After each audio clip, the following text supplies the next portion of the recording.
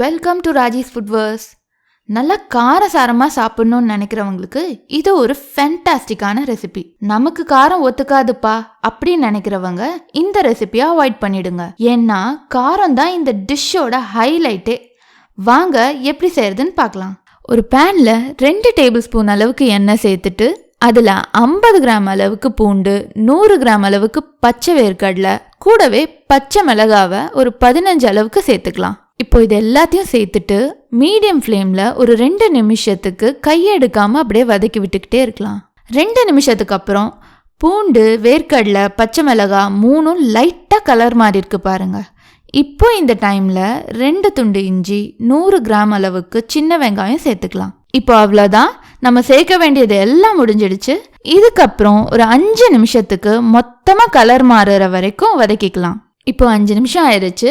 இப்போ இந்த டைமில் ஸ்டவ் ஆஃப் பண்ணிட்டு ஒரு 10 நிமிஷத்துக்கு ஆற வச்சிடலாம்.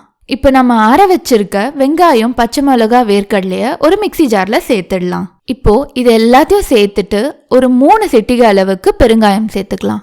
கூடவே தேவையான அளவுக்கு உப்பு சேர்த்துக்கலாம். கொஞ்சமாக தண்ணி சேர்த்து அரைச்சிக்கலாம். நான் கொஞ்சமாக தண்ணி சேர்த்து அரைக்கிறேன். உங்களுக்கு எந்த பதத்தில் வேணுமோ அந்த அளவுக்கு தண்ணி சேர்த்து அரைச்சிக்கோங்க.